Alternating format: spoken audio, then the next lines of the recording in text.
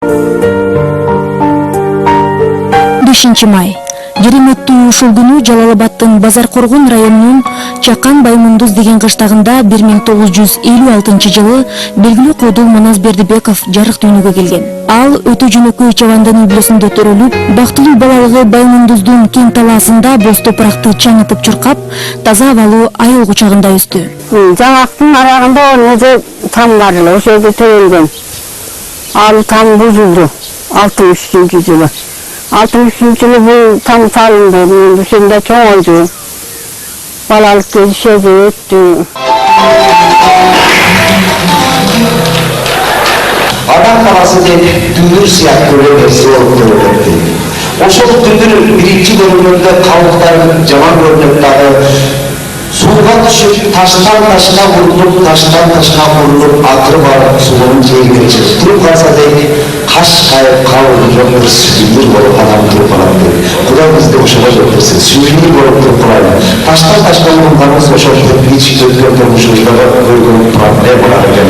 Бирок ошого дагы карабастан, элибизди бир мүнөттө көрүп насаат деген ой менен канча устаттардан, канча аналардан жакшы сабактарды алып, анча сөздөрдүн сизге үлкен болса, сіздер үлкен болсаңыздар, сіздер еліне тәзім құрамын. Бұрын жазайын немелер келіп тұр, жаңағы немеге тарта тұрғандар. Телевидениедан, ошоға тезірек белгілі, Манас туралы, Манастың өзін айткыласылы жағы. Атына заты топ келген Манас кичинекезинен эле айланасындагы башка балдардан айырмаланып турган.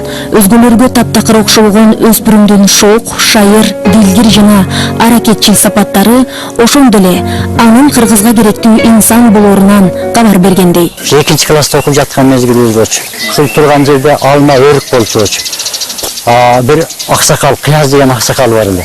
Ошол жерге келип экөөбүз өрүктү терип атсак, тээ жактан кароолу келип кыйкырып калдык. Кыйкырып калганда экөөбүз качып, бир тешик бар, ошол тешиктен мен мурда жетип келип тешикке алганда Манас мен артыман келип туруп эме болуп калды. Бир маалда бул жакта мен эжем чыгып, ал кишиге кыйкырып, кара жерге келген, балдардын жүрөгүн чүрүп койдуң го деп ошону эме болуп турса, анан мен ошол турган допунун башына баягы Манастын эме болгондо койнуна салып алган незилип кеткен өрүктөр допунун башына түшүп калыптыр.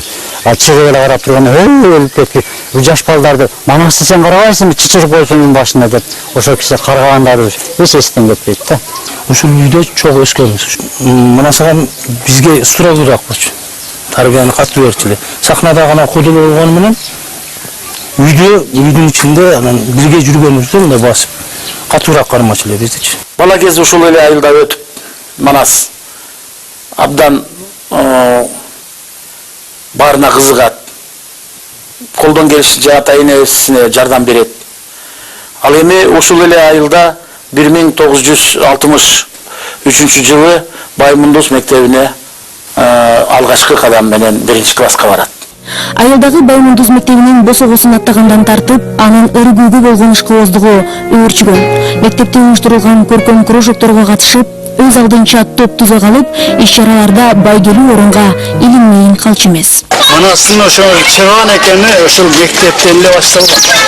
Анан ал убакта билесиңер, господин 420 деген бир радиога деген индийский ыр бар эле. Ким мүмкүн бардыгы эле билсе керек. Ошол ырды ошол господин 420 ошо неме ырдагандай кылып ырдайт эле да.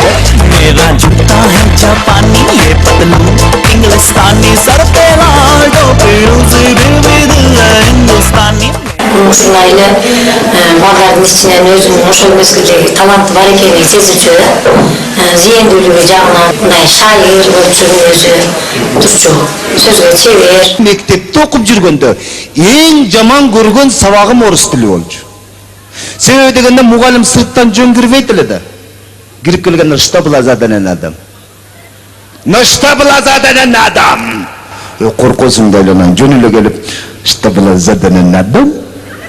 Десе жооп бересиң, не знаю деп. Манастын айылында мектепте окуп жүргөндө бир кабанак ит бар экен да. Аябай кабанак ит дейт да.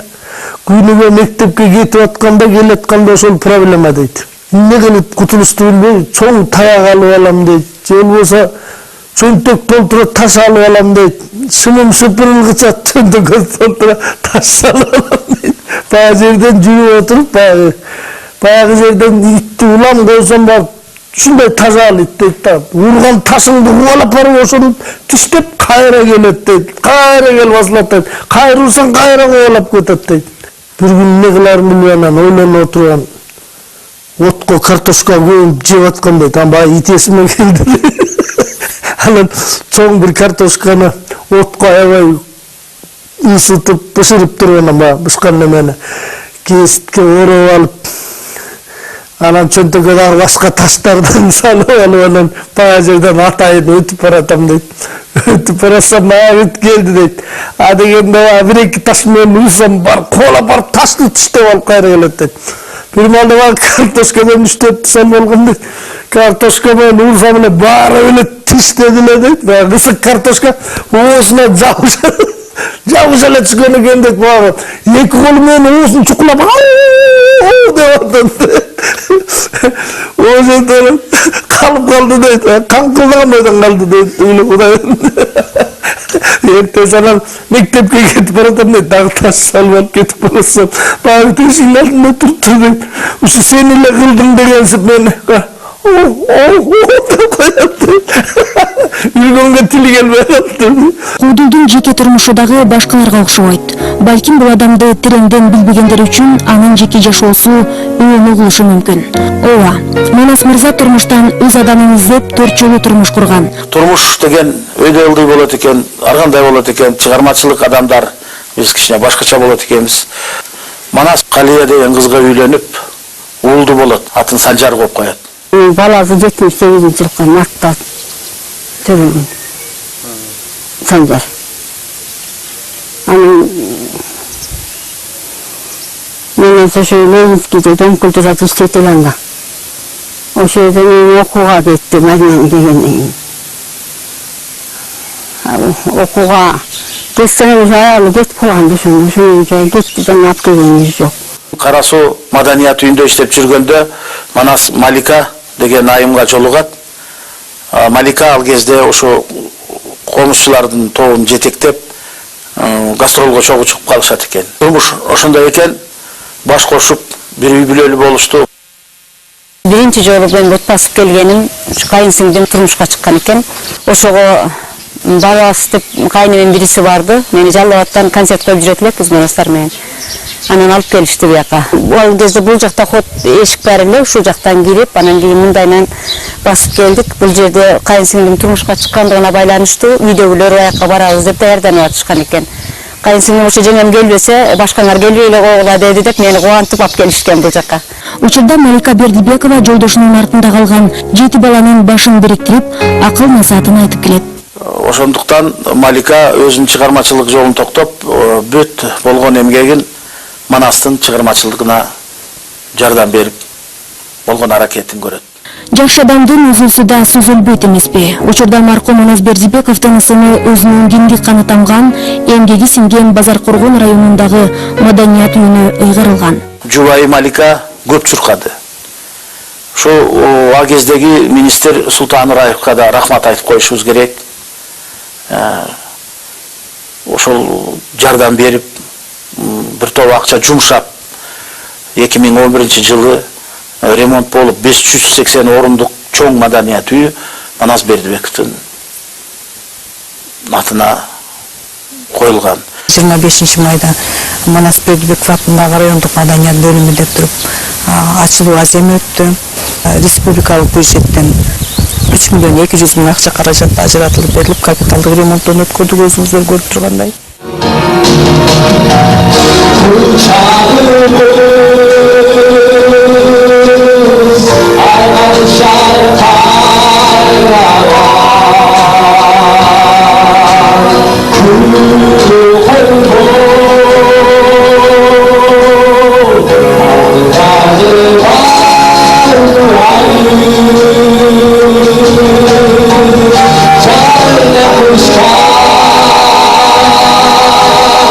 Жаштан жасалган мынандай буюм теримдерди же болбосо бирдекенин көрүнүшүн өзүнчө карап туруп коюп койгон немелерди жыгачтардын арасынан карап туруп эле өзүнө жакканын ушинтип ылайыкташтырып туруп жасап коет эле. Анан бизге суроо берет эле. Ал манас эмнеге бу жерге шам коюп коесуң деп неме кылган.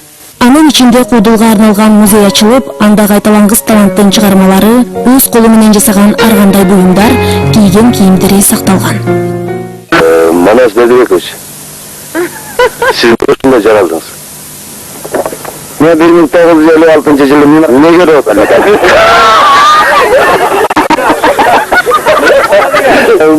Ишваркы кедимада эл колчапай урдап колчу көрүп калса, силер бир нерсени айткан товарга бүтпөй кандай акыбалда кыласыз? Банкрот.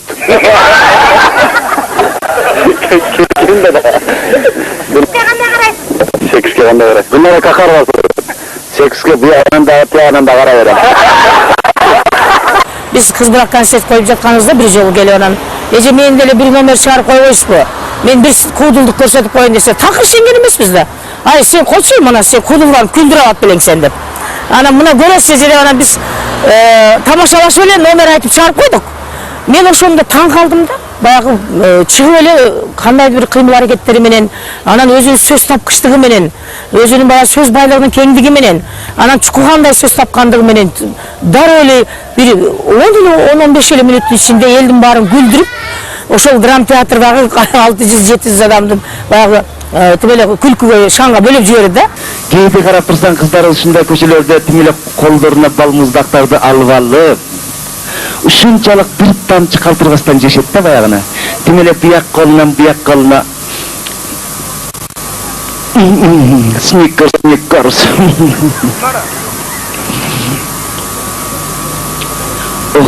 Кандай сонне.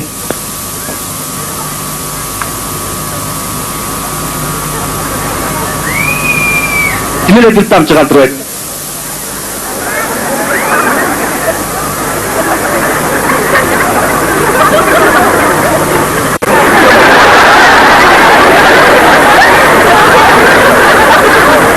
Этим пигрей.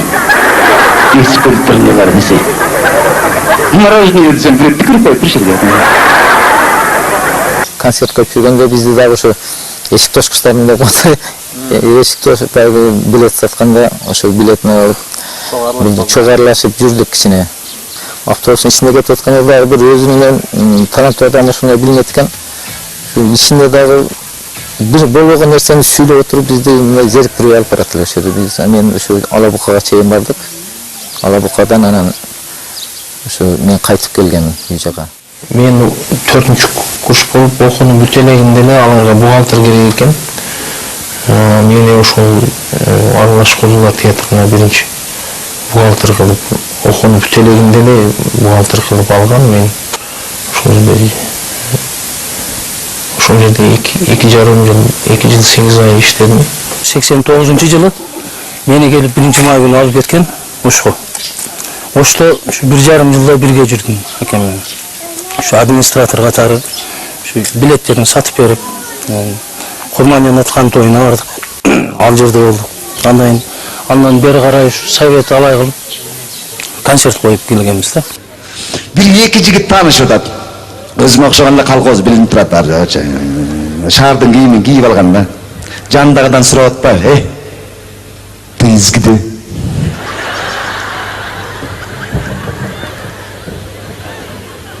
Вот это от колхоза Учемчек. Учемчекти түшүнбөй калды чамасы. Чего? От колхоза Тресиско. Тресиско. Здесь Чодалиш, город. Университет читаю. Университет читаешь. А как тебя называют? Меня называют, короче, Брончу. На ветер родился, да? Сколько час? От 2 часа 10 минут пошел на 3. Куда идешь ты, столовая? Ферманы оқып қалды. Шипаңдап жаныма еркелеп келіп қалады. Анан кийин атыңыз эмне үчүн келдибек деп. Анан мен айтам, мен Дөнүлү байкемдин аты Бердибек, андан кийин келгенден кийин кыргыз түшүнүп кое берет да, келди деп Келдибек десет, ого тери жабышып калчу. Тиги сиздин байкеңиздин баласы турбаймын мен деп. Манас менен 1987 жылы биринчи жолу көрүшкөн. Ошондо досум Үсен тобу гастролдо жүрүп, Жалал-Абадта шаарда концерт болмок. Концертке баратсак, бизди люлькалуу мотоцикл менен бир 3 жигит обгондоп токтотуп коюшту. Келип эле таанышып, Рахман, Жамбулмун дейт, Манас деп. Анда ким экенин билбейбиз, ойлогон эмеспиз. Бул эми түбөлүк достор болуп калаарына, кесиптештер. Манас Бердибек менен досум Үсендин байланышы дос деген улук сөздү өздөрүнө коюп жараша балдар. Şu 87 жылдан бери булар менен бир туугандай дос болуп жашашып калганбыз. Юра досум, калгандарын айтып отурсаңыз. Ынтымак болмой эч качан группа болбойт. Ушунча жылдан бери кармап келаткандарына ушунчалык ыраазымын. Дос болгонума дагы сыймыктанам. Assalomu alaykum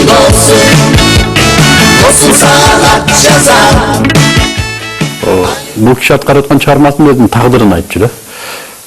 Бирок элдер бул тагдырга күлчү. Мен айтат элем, бул киши өзүнүн дöөрүндө баягы орусча айтканда веселый клоун. Кимде туралар? Эме кудулдардын товары өтпөй калса ырчы болуп кетет экен, сиз ырдап атасыз.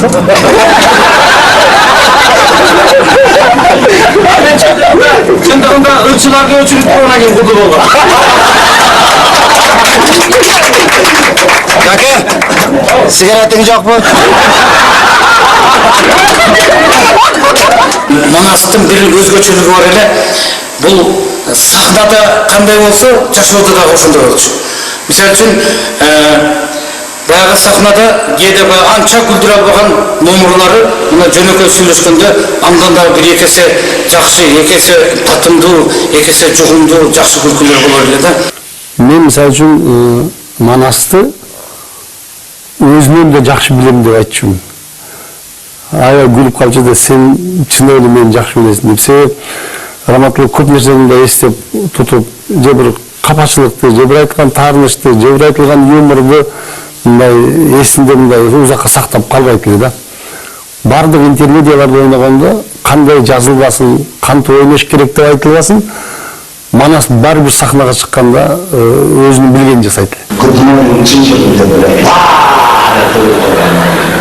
күрдүмөнүн чын жылында бизге калаалады болгон. Кыдырып жүргөнүмө көп болуп калды. Кудай түбөлүктүүсүн берсин.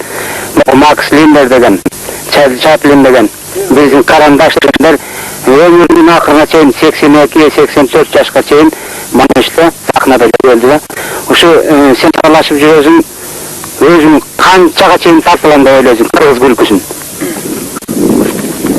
Кудай эле ушу көзүмөн, кулагыман, бутуман, ден соолугуман ажырашып ошол калсам деп эле тилейм. Манас Бердибеков кыргыз элине берилген алып талант, жана күлкүнүн падышасы десек жарашат. Болгону өмүрүнүн 45 жылын жашаса да, ал бул дүйнөдөн дүңгүрөгөн даңкы, кадыр баркы менен дүйнө салды. Анын жараткан чыгармалары, сатиралары, аткарган тамашалары бүгүнкү күнгө чейин элдин эсинде калып, аны өлбөс кылып жаратты.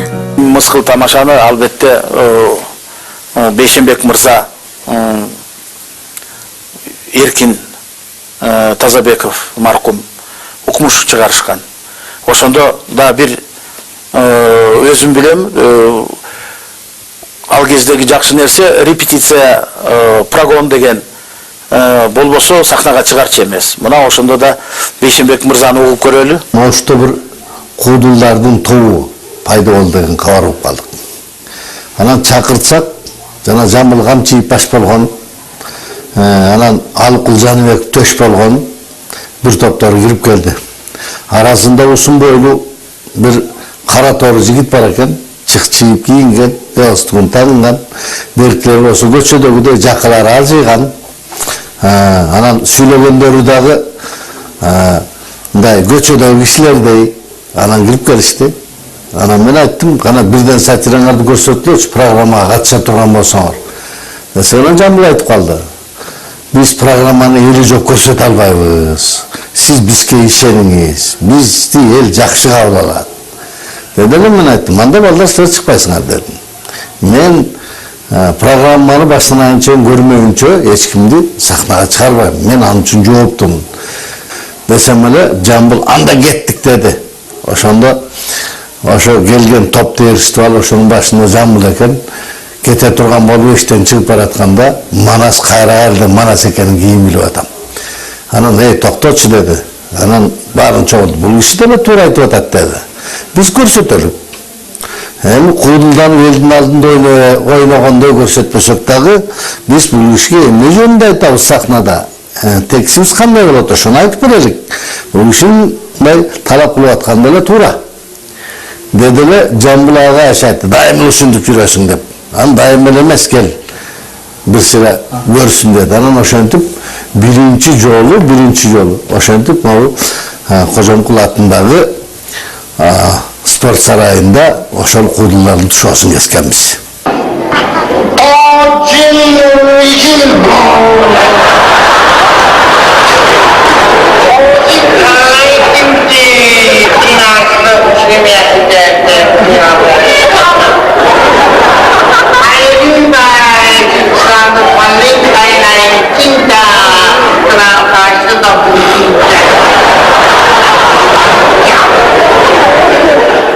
Мага Асаналдын немеси жагат эле, жалпак чөжөсүчү. Себеби ошону өзүнүн айтып калат эле да, өзүнүн турмуштан алган экен да уну. Рахман Разыков экөө бир айылга концерт койгону барып калышып, анан кийин Рахман Разыков спортивный формада болгон экен, Манаскам костюмшумда болгон экен. Анан кийин Рахман Разыков айткан экен, Манас сен кичине мындай солиднейрээк көрүнөсүң. Сен эле кирип сүйлөшүп чыккын. Элибиздин духун көтөрөлүү деген ойдо алыстан аттар, жерлер, маданият жагынан тейлеп келдик эле деди.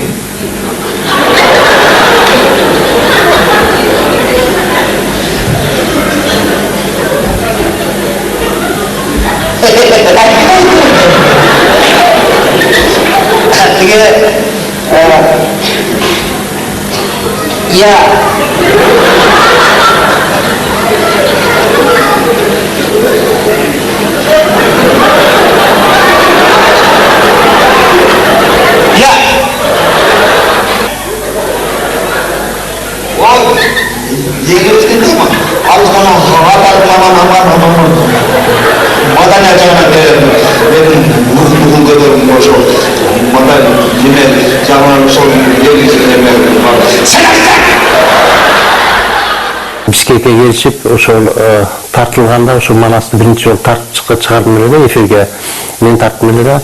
Анан кийин ошондо бир өзү күлдүрүп бир сүйлөп калды эле, ай бул телевидением азап экен, образдан чыгып кетип атам да. Анткени телевидениянын оор да, мисалы бир чыгарманы айтып берип атса, биз өзүбүздүн тил менен алганда ракурстарын менять этип, кайра крупный план, средний план, бөлөк эмелер менен тартыш керек.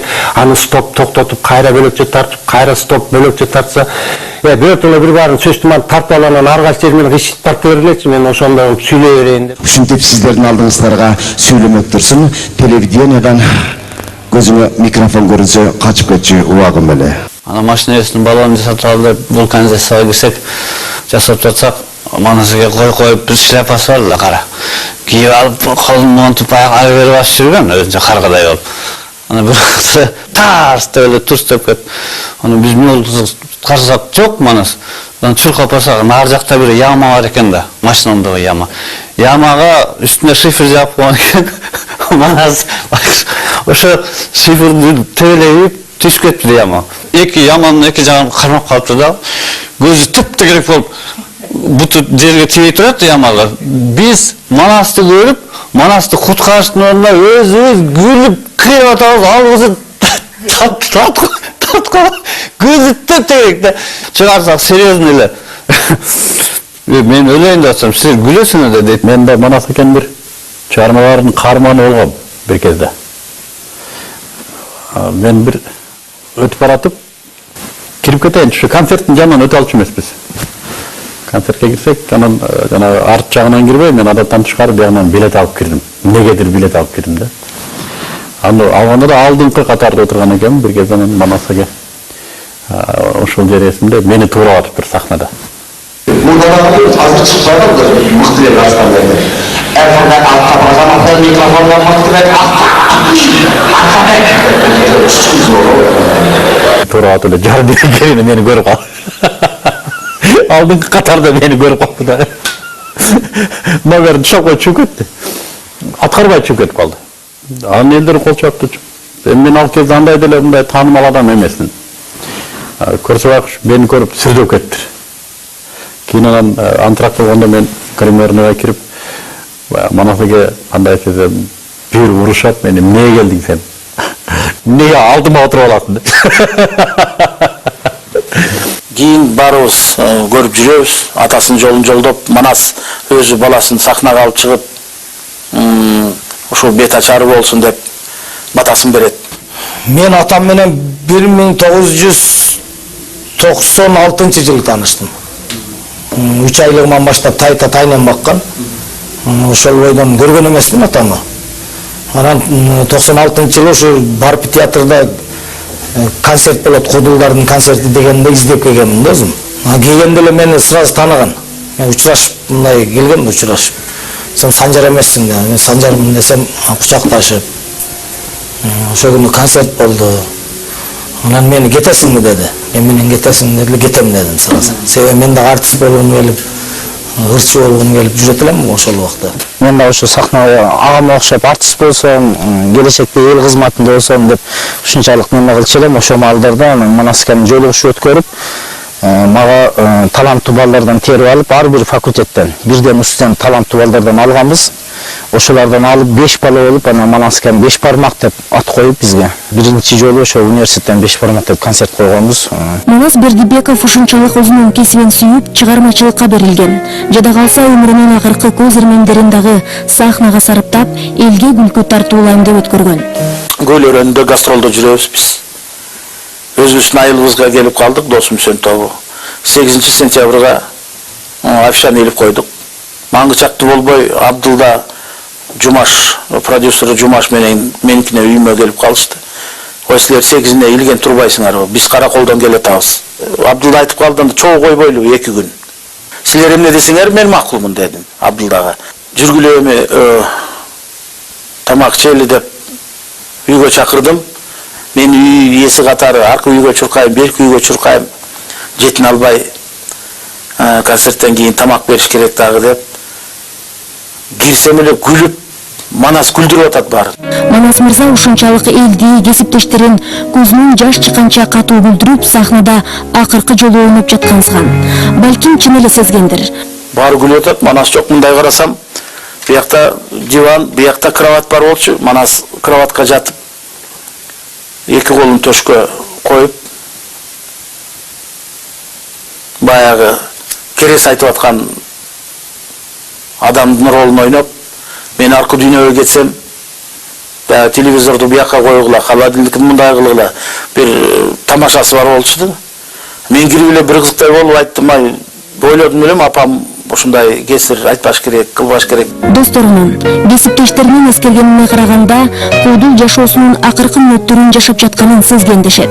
2-3 саат күлдүрүп, сүйлөп, элдин баары бооруп катып, жыгылып, Раматылык Манастан башка жерде эч ким сүйлөгөн жок. 30дан ашык адам отурат. Балдарды узатып чыктым. Баары чыгып машинага отурушту, Манас жок. Анан мен айттым, Абдулдай, кете бербейсиңерби? Манас үйдө кала бербейби? Эмне жатып эле жүргөн үй. Раматылык токтоп туруп, анан кой балдар менен кете берейинчи деп чыгып келип машинага отурганда. Кетип калганда мен ойлонуп туруп калдым. Эмне үчүн мен Манасты мындай күчкө салып деле калтырган жокмун. Кийин ойлосом, балким мени аяп койду ошо. Досумдун үйүндө ушундай болсо эмне болот эле деп. Андай да ой кетет. Жатканда саат 4 эле билбейбиз, эсибизде жок. Эртеңден туруп ойгонсом уктап аткан экен, деп дайым башын бетин чүңкөп жатчу Раматылык. Анан туруп балдарды туруп жойнайлык тамакка барабыз деп эшикке чыгып кеткенбиз, бардыгыбыз. Анан кайра кирип келип, комнатага мен биринчи келгенмин. Манас турчу деп эле бетин ача койсом, ушу көзі ашық жатады, анан мен ойлап қоямын, мен бұл тамаша қылып ойнап атат окшойт. Барып келіп ойнамас деп ойға тойын десем, қатып қалған екен.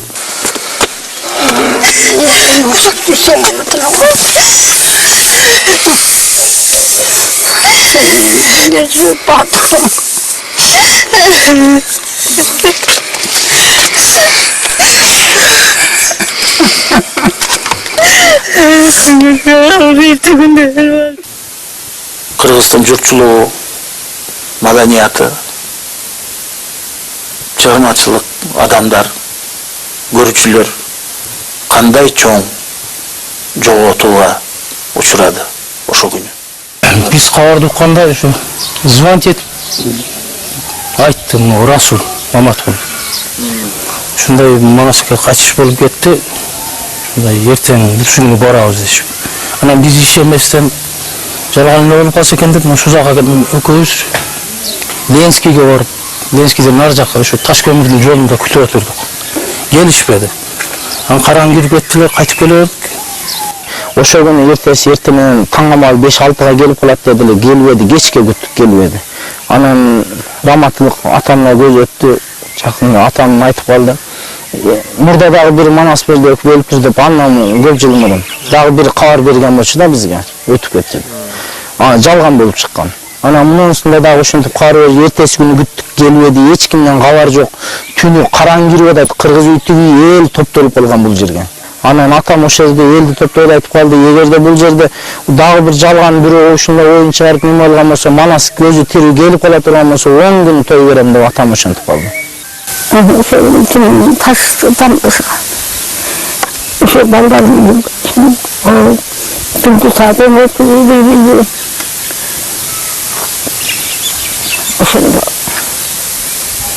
Жыл сайын 15 май күнү Бердибековдордун үй-бүлөсү, туугандары чогулуп, Куудулдун жаркын элесин эскеришип, Куран окутушат. Бисмиллахир-рахманир-рахим. Кулхуллаху ахад, Аллаху самад, лам ялид ва лам юлад ва лам якун лаху куфуан ахад. Бисмиллахир-рахманир-рахим. Инна атайналка кавсар фасали ли раббика ванхар. Инна шанияка хувал абтар. Subhan rabbika rabbil izzati amma yasifun. Wassalamu alal mursalin walhamdulillahi rabbil alamin. Amin. Tilavat Kur'an fazilati iman. Zinatan jaybersin yuqdayma. Wa qadar rahmatnasin. Мен оюмча акам дагы деле түрүү, бирок ушул өтүп кетсе деле арабызда, жок болсо деле дагы деле ушул биздин арабызда. Бүгүнкү күнү 15 майда эгер Манас биздин менен болсо, өзүнүн толган күнүн өткөрмөк. 56га толмок. Бердибековдордун ичинен ырдап сахнага чыга ала турган өзүнүн таланты барларды дагы артынан алып чыгып, ошоларды топтоп кайрадан живой ансамбль уюштуруп чыгам деген ойлор бар эле. Тилекке каршы ошолордун баардыгы артта калып, атканыбай калды. Досум айла жок экен. Баш ийебиз, баш ийет экенбиз. Бирок сен дайым биздин жүрөгүбүздөсүң. Биз сени унутпайбыз.